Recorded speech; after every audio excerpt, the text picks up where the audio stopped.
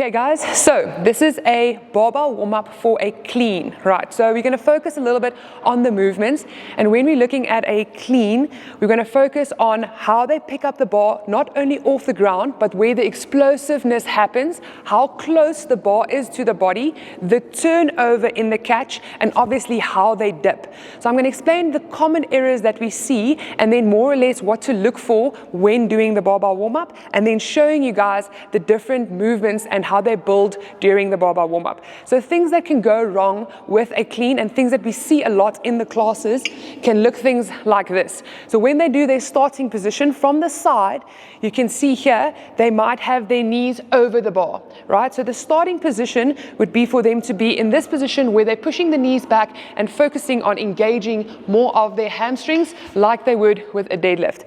The next thing is when they pick up the bar, they float the bar away from their bodies without any hip extension, and then they would flip the bar over and crash it on their shoulders. So how to fix that is to see that they keep that bar nice and close to the body. So when I stand up, the bar would stay close to my body. From here, it comes all the way to my high pull, and then I move my elbows around to not go into that crashing motion onto my shoulders. After that, we add the speed to the movement as well. And then the dip part of things, what we normally see, when people catch the bar with their knees going forward or leaning back into this position, we want to fix that by helping them go into that catch, getting their knees to drive out a little bit and keeping their bum more downward instead of focusing on the knees forward. So those are the things we can look at when doing the barbell warm-up with the guys and trying to see where we can help them fix that. So for me, I have 3 golden rules when it comes to weightlifting. Number 1, keeping that bar as close to your body as possible.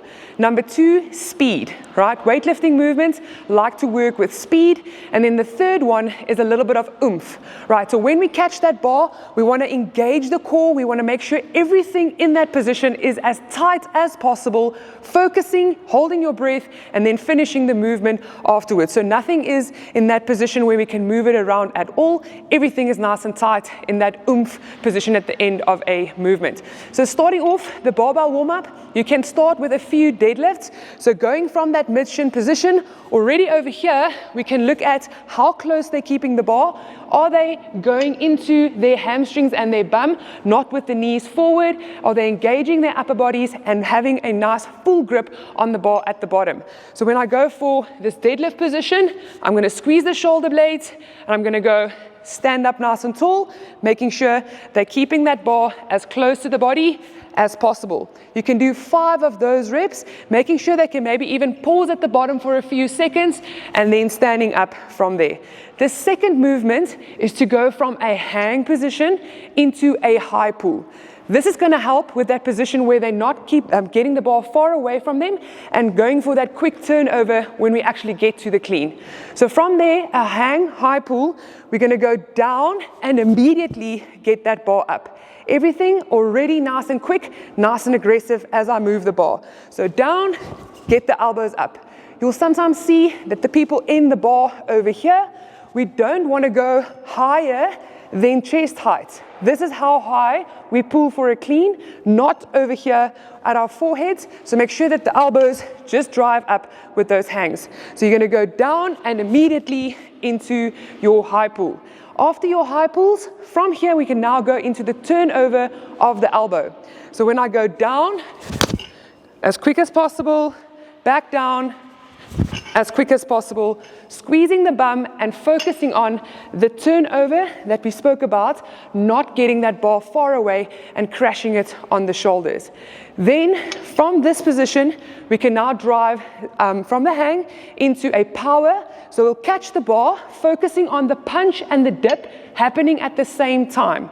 So we always see, sometimes we get someone's elbows coming through slow or the dip is delayed. So something we can cue them on is by saying dip and punch at the same time. We'll also do this drill from the hang position. So from here, hang, dip and punch at the same time, stand tall. You're going to reset, hang, dip and punch at the same time, stand tall, and you can complete 5 reps of that. And then the last one is to put it all together from the deadlift, then the hang into that high pull and the dip and punch. So you can go your last 5 reps, focusing from here, nice and slow, quick, dip and punch, stand tall. The reason why we do a lot of the drills from the hang position is because that's the explosive part of the weightlifting movement.